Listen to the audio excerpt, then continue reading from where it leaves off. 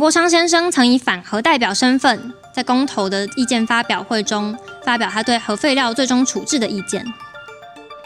当时他指出，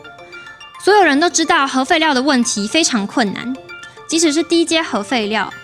要迁出最大的困难是没有人希望把核废料放在左邻右舍。2012年，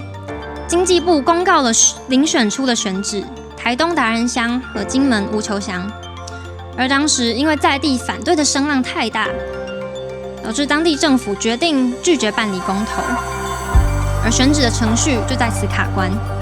直到今天仍然没有任何的进展。黄国昌当时也质疑到，如果事情这么简单，为什么全世界这么多科技比台湾先进的国家，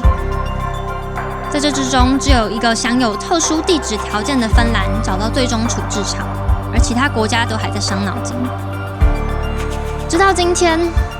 核废料的问题仍旧无解。这不单单是技术问题，也不是政治口号可以解决的。我们透过什么样的程序，如何处理核废料，以及最终是由谁去承担核废料的风险，这些都关乎到社会的公平正义，关乎到我们有没有真正的在乎并考虑到台湾的每一个人。今天，当黄国昌选择站在重启核三的那一边，难道是因为核废料的风险变小了，还是因为政治立场改变，风险就能够被接受了？过去我是反对核电的人，第一次参与大规模的反核运动，正是在福岛核灾后。2011年，我还是一位中研院的学者，我跟许多台湾人民一样，都被311当时的影像所深深震撼。然而，如同我在前一轮发言中所提到，世界各国核电复兴的关键在于务实，对我而言，同样也是如此。因为曾经参与反核运动，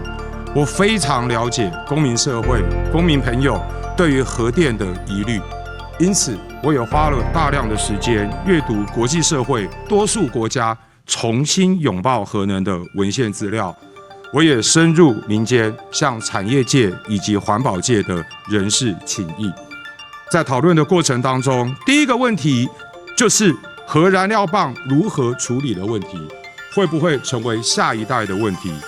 作为3个孩子的父亲，我不可能容许把我们这个世代的问题丢给下一代来承担。民进党政府最恶劣的是，拿用过核燃料棒放谁家来恐吓人民，却从来没有检讨过去8年完全执政的怠惰。请问民进党政府，负责核废料选址的非核家园推动专案小组，为什么超过4年没有开会，直到今年才开始要研议